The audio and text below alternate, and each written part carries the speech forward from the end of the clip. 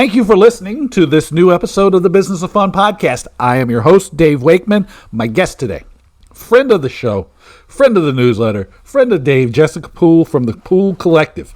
We had a great conversation. We had a chance to catch up on a lot of stuff she's been up to. But before I introduce you to Jessica, let me remind you of a few things. First of all, check out the Talking Tickets newsletter. If you have not already been getting it, you can find it at talkingtickets.substack.com. Get prepared because I am going to be doing my annual numbers to know. It's going to be built off of some insights from the 2025 Talking Tickets Global survey of people in the live entertainment business. I'm going to put a link to the survey in the show notes. So if you have not had an opportunity to share your insights yet, you will still be able to share those insights with me, and it will still be reflected in the content we create, the numbers we share, the things we learn, some really interesting stuff. As I sit here looking at the results in front of me, we surveyed over 1,100 people all over the globe. Had responses, I think, from about 30 different countries, maybe 40, but we'll go with the lower number. About a quarter of them were the executive directors and CEOs of their organizations. Let's see here, 14% of the people were from the C-suite.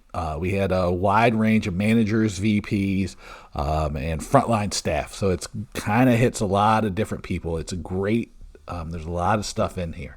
I shared some numbers in the Talking Tickets newsletter this week that I thought would be interesting for people. But let me look at some new stuff for you because you're listening here. On a scale of 1 to 100, how well do you believe you truly understand the primary motivation of your most loyal fans? On a scale, the lowest was 5. People don't know it all. Some people, I had a couple people that said 100. They really do know, but the average was about 62. Not great, not awful, but decent. And that's something I can dig into with the data a little more, figure out some stuff for you. How does your organization view the secondary market? 29% of people view it as an opportunity. 18% a nuisance. So that's, again, some interesting stuff we'll deal with. One of the big challenges people face with pricing is that a lot of people are reactive, about 29% of you. And my favorite was 10%. Just over a tad over 10% put their finger in the wind and they don't have a formal plan for the way they price. There's going to be some of these numbers and more are going to be my annual numbers podcast webinar. I will, once I set the date for it, I will put that up and post it so we can share it and so we can do it live and take some Q&A about the survey and things that are going on in the industry. It'll be great. So check it out, talkingtickets.substack.com, or visit my website. We're at davewakeman.com. The store is there. There's stuff going on. I'm going to put together a few things, try to do some plan ahead and do some in-person events this year, next year, 2026, so that we can get together in person. There's a link for the Slack channel where we share a lot of information there. So, but check those things out. But Jessica Poole, known Jessica for years. She's great. She's worked all throughout college athletics. She worked at Chicago State University, the University of Michigan. She has started her new business called the Poole Collective. And I wanted to have her on to talk about this because I think that Jessica has a really great perspective on things. She's been involved in, because of the nature of some of the places she's worked, all the sports that a college put on. We talked about the NIL. We talked about NIL and revenue share, how they can coexist. We talked about how NIL is kind of like bleeding down into high school athletes. We talked about branding for young athletes. We talked about identity. We talked about innovation. We talked about some of her work around communications and personal branding. We talked about just her path in sports business. It was a great conversation. I'm glad you'll get to hear from Jessica. All right, I want to welcome Jessica Poole to the Business of Fun. Jessica, what's up? What's up? Thanks for having me. So fun to be on the business of fun. Yeah, look, this is the kind of energy that we demand of our guests. So thank you. You got the memo. You got the prep. You got everything. Thank you so much. It's been so. We had a chance to catch up just a minute before we started recording. It's so great to get a chance to learn about your new business because we've known each other for a few years now. So tell everybody what you're up to because Yeah. this might be a chance to introduce yourself to people who either have known you in passing or haven't heard from you in a while. Yeah. Long time athletics professional in the communications space, and then kind of moved into the sports business area of the world. But communications is kind of my love language. And so I struck out and started my own communications, what I call a collective. It's Jessica Poole Communications Collective.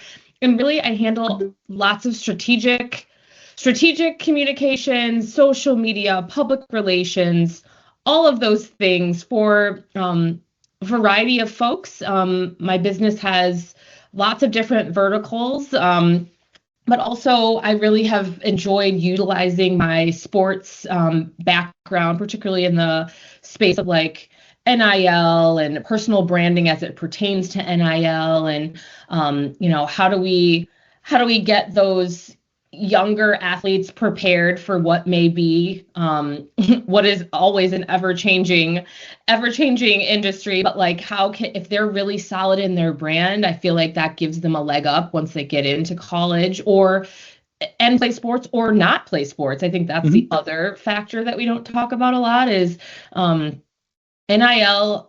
I deem it as like kind of NIL for the 98%, right? The folks that are going to play 4 years of college because they love their sport, but also are going to get an internship and going to get a Yeah. job and like be members of the workforce. So I have been doing a lot of work in that space too. So yeah, it's been super fun. All right. So one thing that's interesting to me, right, is we were talking about NIL, and you talk about NIL and personal branding, which are both, things that I pay attention to. Yeah. Um, Less the NIL because I'll be honest with you, which is like I can't keep up with it. Yeah, I just me Um, either. I I'm glad you said it because I was like I felt a little bit like wow I don't know what's going on here. But Yes. what do people need to know right now about NIL? Because I know there's been a lot of changes, and you opened the door, so now I'm gonna like ask you all the questions I can't Yes. answer myself. So where are we at with that right now?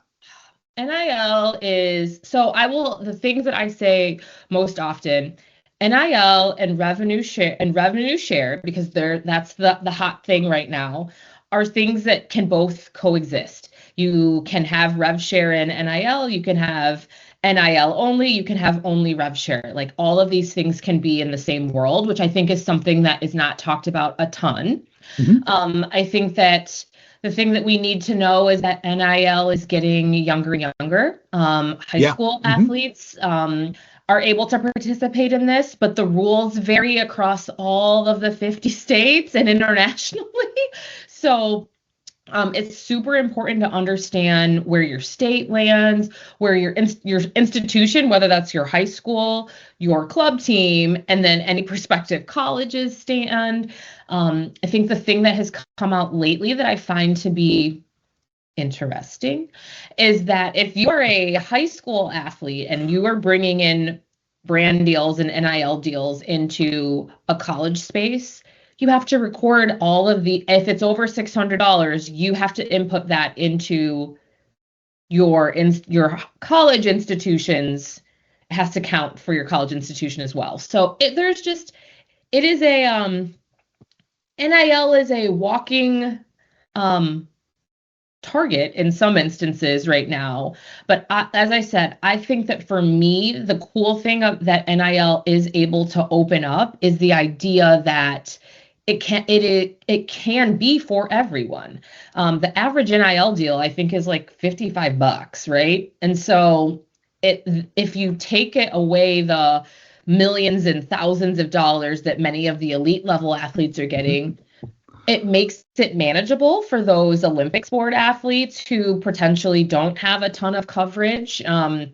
It makes, if you have a unique perspective on something, it really can catapult you into different arenas that may or may not be in the sports arena, right? Like I was talking to a friend recently, and she has a daughter that plays basketball, and the daughter she's realistic, which I think is great. She said, I'm probably not going to play in the WNBA, but I really love to cook. I cook for my teammates. I cook for my I was like, so what are your favorite cooking brand? Like, if that is the thing that you want to do Mhm. afterwards, like, how do we harness this captive audience that you have right now to catapult you into something in the cooking world, because you say that you don't want to Mhm. play basketball? So like I think that that's the fun of all of this, is that you can really see personalities come out. Yeah. The one thing I like about it is that I think the NCAA does one thing really good, which is that they talk about how student athletes are really beneficial to the workplace and to in careers afterwards. And what Yes, I see, at least, again, I could be wrong because I'm figuring this out the same as everybody else, is totally. that the NIL, the personal branding, and the athletics come together in this nice little Venn diagram, like a Yeah. little circle chart, which I love to draw little charts and Yes. stuff. And the intersection is this person that now then is able to create all these unique opportunities for Mm-hmm. themselves that they might not have had, or they would have had more difficulty starting out, like when we started out, because we didn't Yes. have all of these tools. These are just Mhm. tools, right? Right. And like the cooking example is great because, you know, even if it does have the opportunity to play in the WNBA, or like a friend of mine, who her daughter plays in Germany, right? Like Yep. goes overseas. Yeah. There's nothing, she still has this foundation of something later on, because a lot of times if you did play, you're starting from zero 5 years down the road when your Yep. playing career is over, or there's an Yep. injury or something. So I mean, these are great things. But the thing I'm curious about is, you talked about revenue share and NIL can coexist. Is it is there one like model that works better? Is there like, is it kind of like, it depends on the context? How does that work? I Because think that, you're it right. depends. Nobody says, like, nobody talks about it. I I didn't think know. it, I'm like new. It's yeah, new to me. I think it kind of depends on it oftentimes depends on the institution and what the institution is willing to rev share, how much they're willing to rev share, and can they leverage NIL. Do they have more? Do they have more NIL experience and exposure Mhm. opportunities for student athletes, or do they have more rev share dollars? Which, you know, it just depends on the institution. It'll look different at the University of Michigan than it does at the University of North Carolina, Greensboro. You know, Mhm. they may not have, may not be rev sharing what 20 million, Yeah. but they may have some really unique opportunities within their local market to create NIL opportunities where they can say, okay, we can get they can't say they can guarantee anymore, but they can say we have these unique opportunities that could relate. So I think it just depends, but I also think it's super important for student athletes to understand that, because ultimately it gives them an upper hand in my mind, right? If you know that you're bringing into a situation, you have an established brand, you know who you are, all of these things that you're solid in that, it may be easier for you to get NIL deals Mhm. than it would ever be for you to earn a piece of this large sum of money that Right. your institution is bringing. Well, it comes back to the context, right? Because, like if, gosh, I can't even think of anybody. Caden Proctor plays at the University of Alabama. So that, I only know Okay. the University of Yep. Alabama when it comes to Yep. athletes. His opportunities are going to be much different than, like, we were talking about my son, who's like Yep. looking at college ID camps for soccer and stuff. Yep. So the context matters, right? So like the different kind Totally. of athlete that's going to the University of Michigan versus the kind of athlete able to go to the Greensboro, North Carolina. Yeah. Like the context is so important, and I think where the question comes here is that so often the student athletes have been a little bit in the dark, and they have been a little bit misled, I think, by people who, want you to come to their school because it's great because A, I get you, and B, I keep you away from like a rival, right? Or just because I think I might have a need for this thing. And the student athletes needs and wants are not always the primary driver. And so I think what I see, again, I could be wrong, is that there's like more transparency in the entire process, and there's more flexibility because, again, when I went to school, right, which is a long time ago in Alabama, you were locked in for 4 years, right? Like if you transferred, you'd have to sit out a year, and then who knows if you were in a better situation. Now, at least, I don't know if the system's better, but it's more flexible. Yes. And so this context seems really important. And so what's going on with the NIL and the revenue share seems to be helpful in creating opportunities for people, which comes back to your branding idea. And so when we're talking about personal branding for athletes or for student athletes and these kids coming up, what is kind of the important things that you teach them to pay attention to? First, for me, it all starts with who are you when you're not playing your sport? Because you're going to be that person far longer than you're going to be the person that bounces a basketball or kicks a soccer ball. So for me, it's a lot of deep work about getting them to see that their sport's not their identity. Doing a lot of exercises about what makes them tick. What do they like? Where do they want to what do they volunteer? What are, all of those things we go through. Gosh, I've put together a lot of resources that kind of walk through like identity and to figure out who you are. And then once, you can describe who you are and what you stand for in a sentence or so.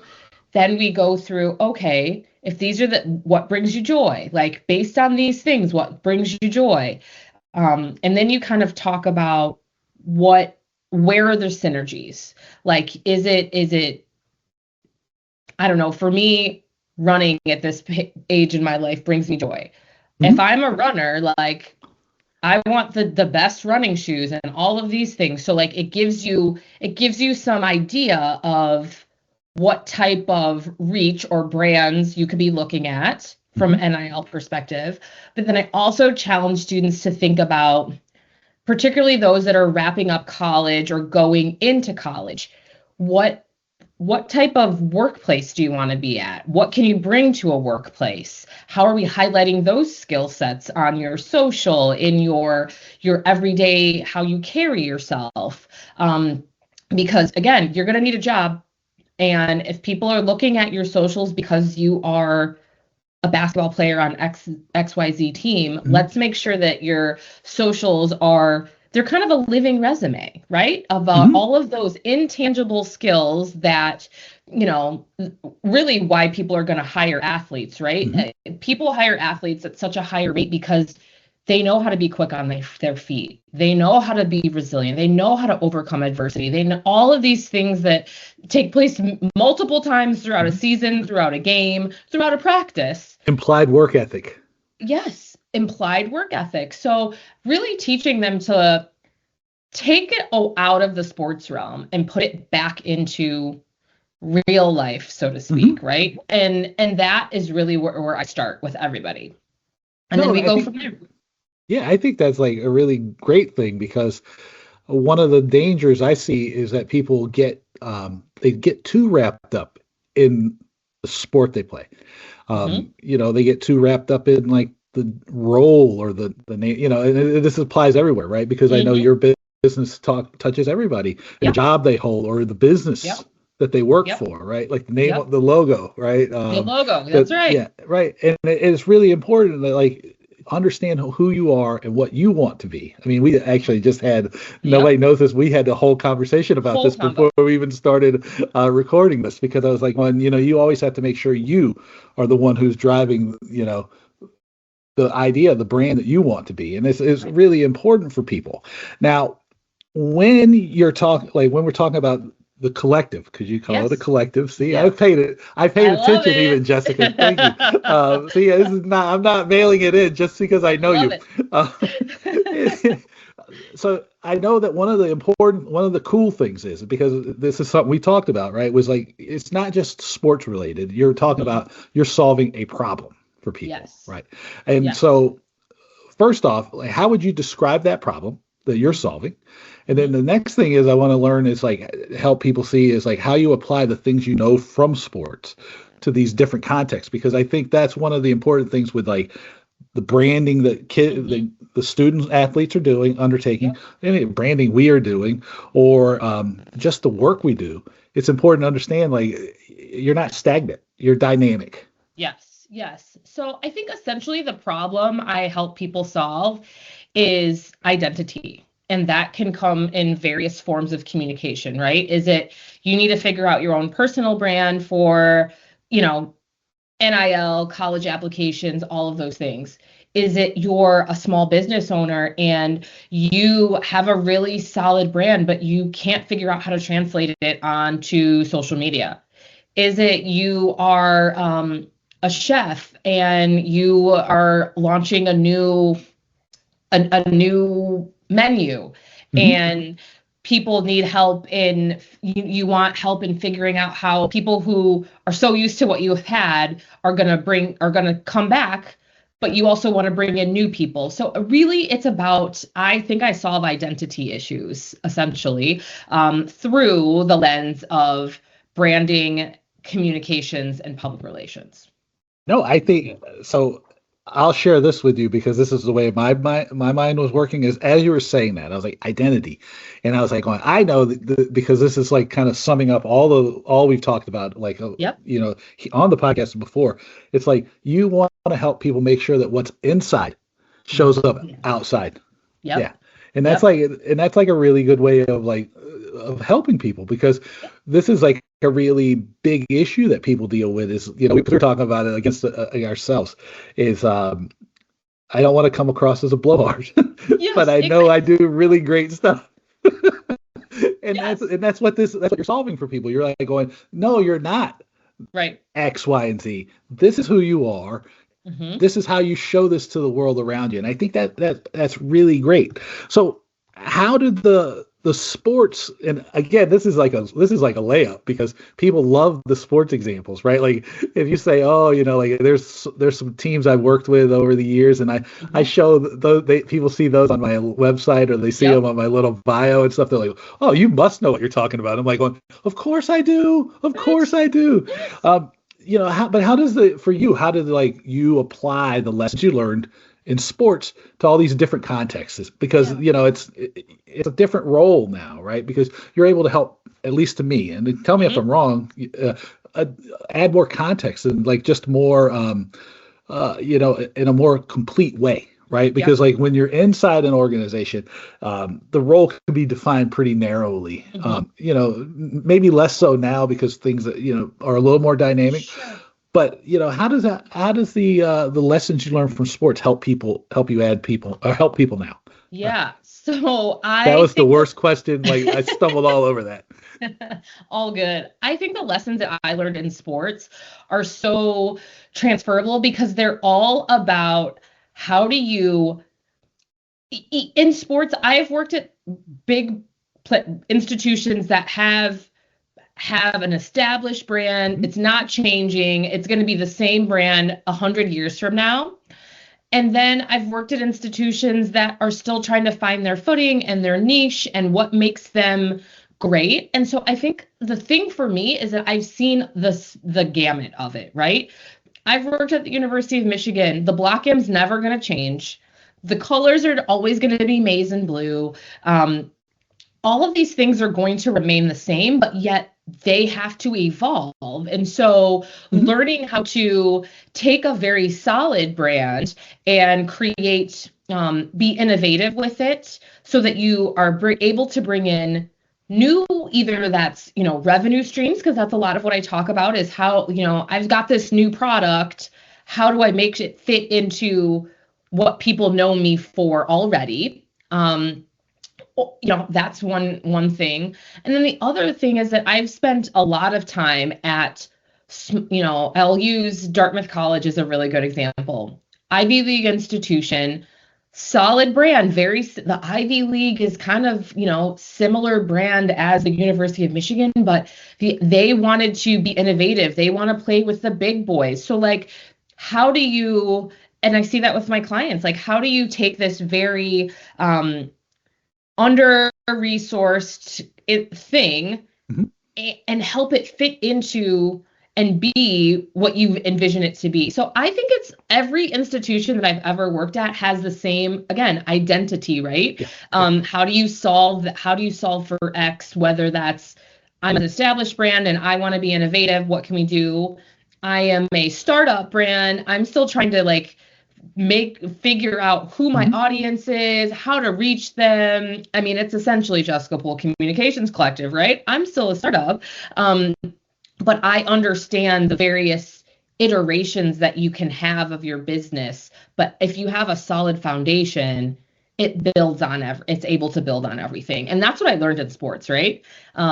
You learn the pivot in sports. I mean, goodness, I started a job, my first day on a job at Chicago State, January 6th, 2020.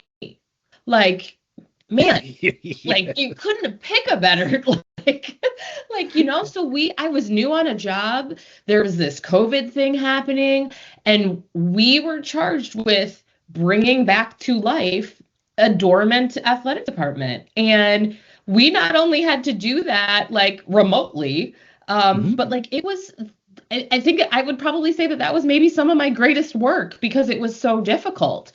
But you learn all of those things in sports, and I've been able to kind of call on those experiences to help cull new ideas, to help people think differently about their identity and how it matches, what the outside matches the inside. So like I learned all that in sports, I even as think an that, athlete. of course, but I think what's interesting too, and so you used the Michigan example, and Hmm. this is like really applicable to me because, and you know this, but the Dartmouth one is going to be much more interesting because what happens is like you have all of this brand equity in the brand of Dartmouth in the Ivy League, but you Hmm. don't have the money. But the thing is like people fall back on like, oh, I just have a lot of money to throw at this problem. And it's usually the greatest hits are the ones that come from like, where am I constrained by my resources? Yep. And like you used all of like the really great like examples. It's like, how do I shift this thing? I've got all of this brand equity. I can't change it too much, but I can make it current. I can make it Yep. innovative. I can make it new. And a lot of that stuff is not money based. It's Correct. creativity. It's like Yes. using your head, Yes. being thoughtful, and being Yep. a certain amount of courage, right? Just to Yes. like be willing to like I'll say like because most of these things they're not like you're not like saving the world. You're not stopping like creating a nuclear bomb or anything. It's a sport. It's an athletic department or it's a business Yeah, brand. It's exactly. not the end of the We're world. But I not was, curing cancer yeah, here. exactly. But you can look stupid, being okay looking stupid, like Yes. having the courage to be like, "Oh, we screwed up, but it's okay." No, because the thing is like even the University of Michigan, which is a good like way to bookend it, is like people are paying attention. They love that brand, right? There's a Hmm. huge global fan base of people that Yep. love Michigan. The thing is like even if you screw up, nobody's paying that much attention to you, right? And that's like the biggest branding lesson. It's like, going, you have a lot of room to screw up as long as you don't. I mean, there are very few catastrophic Yep. branding errors, and Yes. and I think the cool thing about knowing you is like helping people understand, like, going, listen, you have a lot of room to play, Hmm. and you have a lot of room to do really fun and cool stuff. I mean, as long as it fits into who you are, Right. Yeah. but you can go a long way and create a Yes. lot of like positive impact Yes. if you just have a little bit of courage and a little bit of creativity. Totally. Yeah. Totally. So, Jessica, where can Yes. people find you on the internet?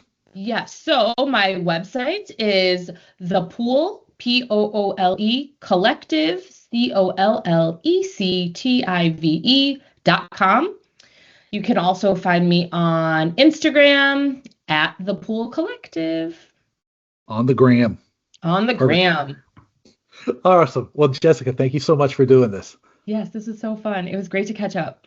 Let me know what you thought about my conversation with Jessica by sending me an email. It is my name, Dave at davewakeman.com. As I mentioned at the start, check out the Talking Tickets newsletter. That's at talkingtickets.substack.com. And you can visit my website. It is davewakeman.com. You'll find sign up for the newsletter. You'll find a store. You'll find blogs. You'll find all kinds of great stuff. So check it out. As I mentioned before, I am going to be doing my annual 10 Numbers to Know. I have it tentatively scheduled to publish in the podcast stream at the last episode of the year, but I'll try to do it live, and I'm going to try to figure out when that is. But if you haven't had a chance to share your insights in the Talking Tickets global survey of people in the live entertainment business, I have conveniently put a link in the show notes. So check it out. Share your insights with me. As always, I want to thank you so much for being here. Since you're 32 or so minutes into this podcast, I know you love it.